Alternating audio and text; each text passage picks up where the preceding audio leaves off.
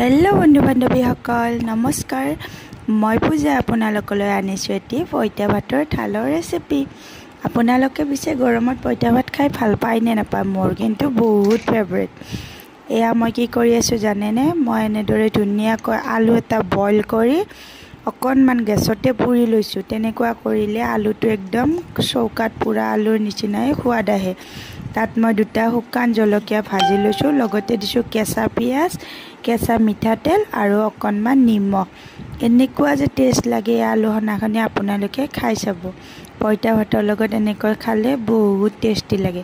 এই আলু সনাখিনি হৈ গ'ল। তাৰপিছত মই এয়া ৰেডি কৰি আছোঁ পঁইতা ভাতৰ থালিখন। এয়া ধুনীয়াকৈ মই পঁইতা ভাতখিনি উলিয়াই লৈছোঁ, লগতে লৈছোঁ এয়া আলু সনাখিনি আৰু এটা লৈছোঁ মই কণী ভাজি। এনেকৈ খাই লগতে আছে নহয় আৰু আচল আমাৰ ভোট জলকীয়াটো। লোভ লাগিছেনে আপোনালোকৰ? আপোনালোকেও খাই চাব, কেনে পালে কমেণ্ট কৰিব। Bye bye.